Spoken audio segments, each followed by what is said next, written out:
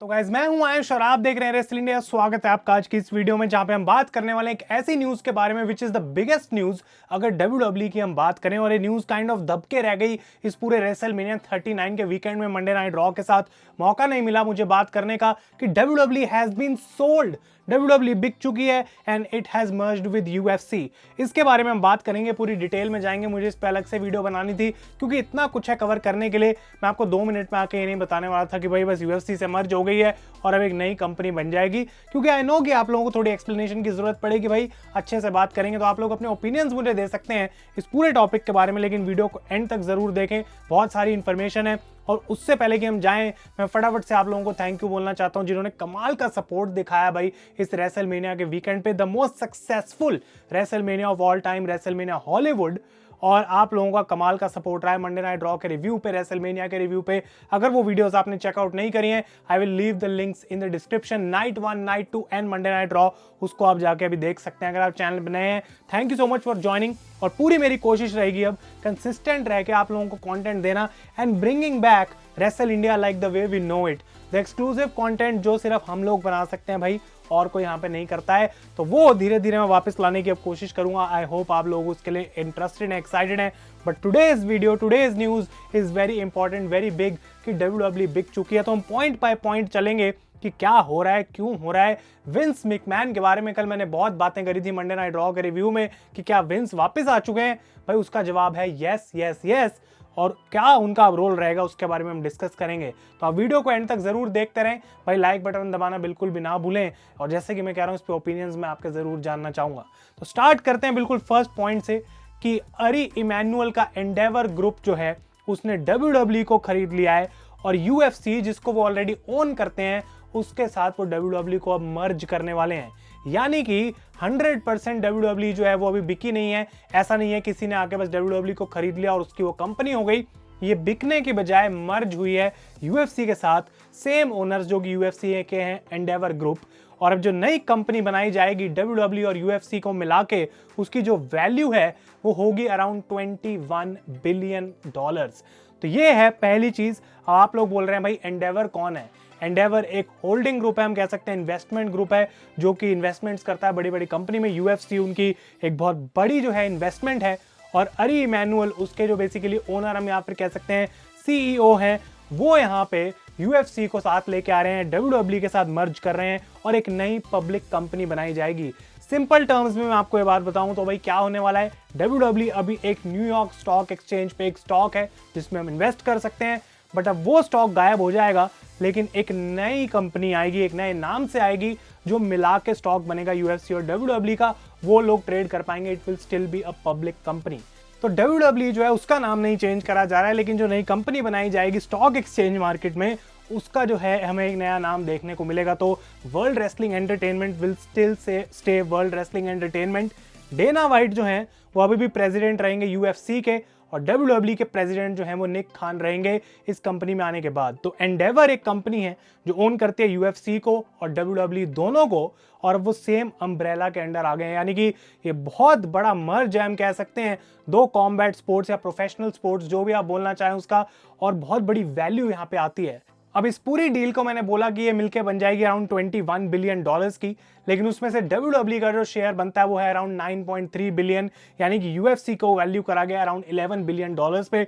और ये वही प्राइस है जो कि विंस मैकमैन चाहते थे for WW. I don't know किस लेवल पे जाके और कब डब्ल्यूडब्ल्यू की वैल्यू कैसे 9.3 बिलियन डॉलर्स बनती है, क्योंकि I am not a finance guy, मुझे नहीं पता यहाँ पे क्या चल रहा है। लेकिन भाई जो इंपॉर्टेंट सबसे खबर है जो हमको बात करनी है वो है कि डब्ल्यूडब्ल्यू का क्या। तो विंस मैकमैन ने एक इंटरव्यू दी जहां पे उन्होंने बात करी सीएनबीसी के साथ कि क्या यहाँ पे होने वाला है, किस तरीके से जो है यहाँ पे डब्ल्यूडब्ल्यू और उनका रिलेशनशिप अब डब्ल्यूडब्ल्यू के साथ आगे कंटिन्यू होगा। तो पहले एंडेवर ही क्यों आखिर सऊदी अरेबिया ने डब्ल्यूडब्ल्यू को नहीं खरीदा, या फिर डिज्नी ने या कॉमकास्ट ने या किसी और कंपनी ने। रीजन है कि अरी इमैनुअल जो कि ओनर है एंडेवर ग्रुप के, जो सीईओ हैं, उनका विंस मैकमैन के साथ 22 इयर्स का लॉन्ग रिलेशनशिप है। यानी कि 2 डेकेड से भी ज्यादा एक दूसरे को जानते हैं। और विंस मैकमैन का हमेशा से प्लान काइंड ऑफ यही था भाई कि अगर डब्ल्यूडब्ल्यू में बेचता हूं तो मुझे किसी ऐसे बंदे को बेचने में ज्यादा फायदा है जो मेरे को जानता हो और शायद मुझे कहीं ना कहीं कंट्रोल भी दे सके। तो जबकि Nick Khan is the president of WWE, Vince McMahon will still act as the executive chairman of Endeavor. सिर्फ WWE के नहीं, एंडेवर के, जो कि क्लियरली यहां पे अपना से रख सकते हैं जो भी चीजें होंगी WWE की। तो WWE का 51% जो शेयर है, यानी कि पूरी कंपनी का 51% मेजॉरिटी स्टॉक अब एंडेवर ओन करता है, और बाकी का जो बचा हुआ 49% है WWE कंपनी में, वो अभी भी स्टेक होल्डर्स के पास है, बाकी शेयर होल्डर्स के पास है। यानी कि विंस मैकमैन ने अपना मेजॉरिटी स्टॉक जो है वो एंडेवर को सेल कर दिया है। एंड आई डोंट नो कि यहाँ पे ये क्या होगा, लेकिन विंस मैकमैन ने अपनी इंटरव्यू में ये भी बोला कि अगर मेरे अगेंस्ट एलिगेशंस नहीं लगे होते तो भी हमारी यही डायरेक्शन रहती, मैं यही फ्यूचर देख रहा था अपनी कंपनी का। And I don't think he is actually saying the truth. हमें क्या पता विंस मैकमैन के दिमाग में क्या चल रहा था, लेकिन ये एक ऐसा ऑप्शन उन्होंने चुना कि अभी उनको पावर में भी रखता है। और अरी इमैनुअल ने बोला कि भाई मैं कभी विंस मैकमैन को रिटायर नहीं होने दे सकता था, because he has to stay on the top of this business. I consider this as total bullshit, क्योंकि मुझे नहीं लगता कि यहाँ पे इसकी हमें कोई भी जरूरत थी। विंस मैकमैन से क्लियरली सीधा सीधा पूछा गया इस इंटरव्यू में कि भाई क्या तुम अब क्रिएटिव को कंट्रोल करोगे? उनका आंसर है येस एंड नो। ये कैसा मतलब आंसर हुआ, येस भी और नो भी? तो वो कहते हैं कि भाई मैं एक हायर लेवल पे इन्वॉल्व रहूंगा, ज्यादा डीप नहीं जाऊंगा, उसकी मैं बातें नहीं करूंगा, कुछ चीजें मेजर डिसीजंस मैं लूंगा शायद उनमें। तो कोई क्लियर आंसर उन्होंने दिया नहीं, लेकिन मैं आपको भी बताता हूं कि क्या विंस की इन्वॉल्वमेंट थी on Monday night raw last night, उसके बारे में हम बात करेंगे। लेकिन अगर हम बात करें अरी इमैनुअल की, तो वो डायरेक्टली WWE में इन्वॉल्व नहीं होंगे, डेना वाइट डायरेक्टली WWE में इन्वॉल्व नहीं होंगे। उनका काम है अपना बिजनेस को हैंडल करना, दैट इज UFC। अरी इमैनुअल ओवरऑल अपनी कंपनी को ग्रो करेंगे, WWE को ग्रो करने का उनका काम है। तो ये चीज यहाँ पे होगी, लेकिन Vince McMahon will actually be involved in WWE operations, जैसे वो एक टाइम पहले थे। और अब उन्होंने अपना मेजॉरिटी स्टेक तो जरूर बेच दिया, लेकिन he is still right there as the executive chairman, जो कि सबसे ऊपर रहेगा इन दिस इंटायर WWE। तो इसके बाद हम बात करते हैं कि ये जो नई कंपनी बनी है इसका क्या सीन है भाई, किस तरीके से अब इसको अप्रोच करा जाएगा।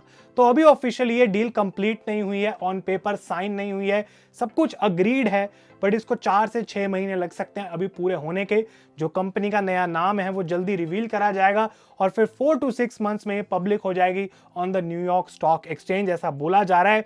और जो नया बोर्ड ऑफ डायरेक्टर्स बनेगा WWE का, उसमें टोटल 11 लोग हैं, 5 जो कि आते हैं WWE से और 6 लोग जो कि एंडेवर से आएंगे। And Vince McMahon is going to stay on the board as the executive chairman of the board, यानी कि नंबर 1 बंदा पूरे बोर्ड पे अभी भी विंस मैकमैन ही है। तो उनके लिए कुछ बदला नहीं, उनको अपनी कंपनी के लिए पैसे भी मिल गए, एक मर्जर मिल गया जो कि आगे WWE को एज ए कंपनी लेके जाएगा। तो एक उनके लिए, कंपनी के लिए definitely this is a good thing. And में मैं आपको वीडियो के अपने थॉट्स दूंगा सारे न्यूज कवर करने के बाद। लेकिन ये मर्ज होने के बाद भी ऐसा नहीं है कि UFC and WWE is now the same thing. ये अलग अलग ऑपरेट करेंगे, इनका ऑफिस जो है हेडक्वार्टर्स में अलग अलग रहेगा, डेफिनेटली उसमें कोई चेंज नहीं आने वाला है। और जहां तक बात है इनकी टीवी डील्स की, उसको भी बिल्कुल अलग तरीके से जो है वो सॉर्ट आउट करा जाएगा। WWE का जो अभी करंट कॉन्ट्रैक्ट है विद NBC यानी कि मंडे नाइट रॉ के लिए on USA network and Fox के साथ फॉर WWE स्मैकडाउन, वो नेक्स्ट ईयर खत्म हो रहा है। तो वो बड़ी डील्स हैं जो कि उनको रिन्यू करनी पड़ेंगी। क्या वो सेम नेटवर्क पे रहेंगे, चेंज करेंगे, वो देखना इंटरेस्टिंग है। तो यहाँ पे एंडेवर के साथ जुड़ने के बाद अब WWE में भी और भी ज्यादा पैसे लेके आ सकती है एज एन ऑर्गेनाइजेशन। और जो उनकी पीकॉक की डील है to stream WWE network on Peacock, वो भी 2026 तक ही है, उसके बाद एक्सपायर हो रही है, वो भी उनको रिन्यू करना है। और बोला जा रहा है कि ये जो नया मर्जर है ये अलाउ करेगा WWE को एक्सपैंड करने के लिए और भी जल्दी इंटरनेशनल लेवल पे। जैसे कि हम देखते हैं UFC कितनी अलग अलग जगहों पे वर्ल्ड में अभी जाती है, ब्राजील, ऑस्ट्रेलिया, और हर जगह पे ऑलमोस्ट UFC का हमें इवेंट देखने को मिलता है। तो WWE की वही कोशिश है कि मैक्सिमम कंट्रीज को वो रीच आउट कर सके। तो एंडेवर के साथ और UFC के साथ मर्ज होने के बाद जो अमाउंट ऑफ मनी इन्वेस्टेड है इन द WWE, वो गाइज एक नेक्स्ट लेवल पे चले जाएगा। हमने देखा कि कैसे बताया जा रहा है रेसलमेनिया 39 में $20 मिलियन से भी ज्यादा की स्पॉन्सरशिप डील्स थी सिर्फ उस 2 दिन के इवेंट के लिए। तो इससे पता लगता है कि इन सब चीजों में WWE कितनी हैवी होने वाली है, जो कि फाइनेंशियल टर्म्स में इस कंपनी के लिए बहुत बढ़िया है। लेकिन most important part of the video जिसके लिए आप लोग रुके हुए हैं कि ये भाई अब WWE पे क्या इफेक्ट डालेगा, वो मुझे बताओ। भाई सारी बिजनेस की बातें एक तरफ, लेकिन जो हम डेली टीवी पे देखते हैं उसमें क्या कोई फर्क आने वाला है?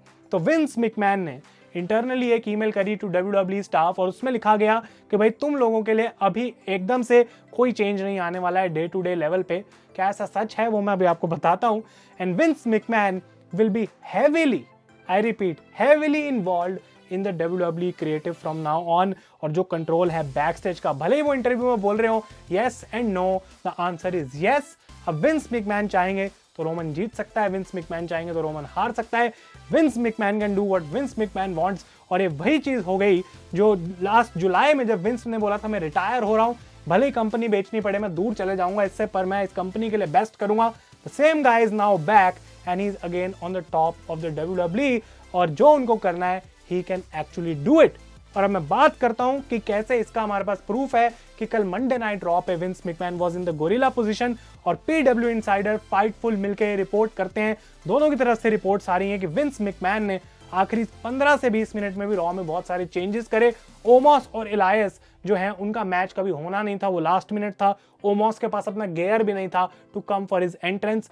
2 अलग अलग विमेन के ट्रिपल थ्रेट मैचेस को कैंसिल कर दिया गया और उसकी जगह वो नंबर 1 कंटेंडर्स मैच देखने को मिला, जिस पे आपने मेरा ओपिनियन कल सुन ही लिया था। You know what my thoughts on that are.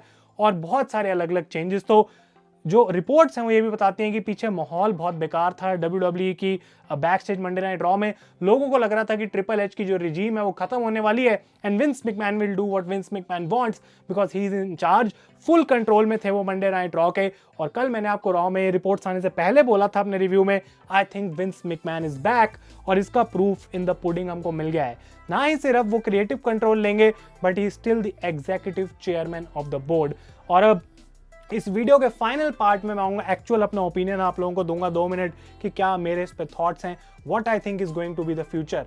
Firstly Triple H को अभी भी चीफ कंटेंट ऑफिसर बोला जा रहा है, बट इंटरनली कितना कंट्रोल है ट्रिपल एच के बाद पास वो हमको पता नहीं है, because Vince can make decisions. Triple H input जरूर दे सकते हैं बट फाइनल डिसीजन क्या होगा वो विंस मैकमैन डिसाइड करेंगे, which is again bullshit. Because पिछले इतने टाइम से जो ब्लड लाइन की स्टोरी चल रही है that is all triple H, क्योंकि विंस मैकमैन वहां पे थे नहीं।